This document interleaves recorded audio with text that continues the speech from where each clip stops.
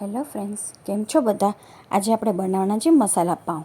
તો આ મેં વેજીટેબલ છે બધા કટ કરી લીધા છે. એમાં ડુંગળી છે, ટામેટાં છે, કેપ્સિકમ છે અને આદુ મરચાંની પેસ્ટ પણ એમાં એડ કરેલી છે. એમાં થોડોક મરીનો ભૂકો પણ એડ કરી દેવાનો અને પનીર લીધું છે. મેં એના નાના નાના પીસ કરી અને એમાં તે એડ કરી દીધા છે અને ચીલી ફ્લેક્સ અને ઓરિગેનો પણ એમાં એડ કરી દેવાનો છે અને મોઝરેલા ચીઝ નાખવાનું અને થોડુંક આપણું ટમેટો સોસ પણ નાખી દેવાનું છે.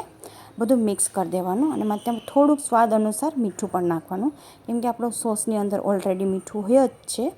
એટલે બધું મિક્સ થઈ જાય પછી આપણે બ્રેડ લઈ લેવાની છે, એમાં સોસ લગાડી દેવાનો છે અને પછી મોઝરેલા ચીઝ લગાડી દેવાનું અને પછી બધો મસાલો આપણે મિક્સ કર્યો તો એ બધું વેજીટેબલવાળો મસાલો એની અંદર લગાડી દેવાનો છે.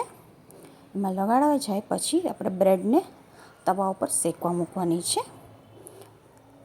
શેકવા મુકાય અને અંદર ઘી અથવા તમે માખણ પણ એમાં લગાડી શકો છો અને ઉપર છે ને આપણે મોઝરેલા ચીઝ લગાડી દેવાનું અને એક બાઉલ મોટો લઈ લેવાનો આપણી પાસે, એને ઢાંકી દેવાનું છે એટલે એકદમ ગરમ થઈ જશે અને પછી બ્રેડ એકદમ શેકાઈ જાય ને પછી એની ઉપર થોડું થોડું ચીલી ફ્લેક્સ અને ઓરિગેનો પણ ઉપરથી એડ કરી દેવાનો છે અને પછી બની જાય એટલે આપણે ડીશમાં લઈ અને સર્વ કરી દેવાનું છે.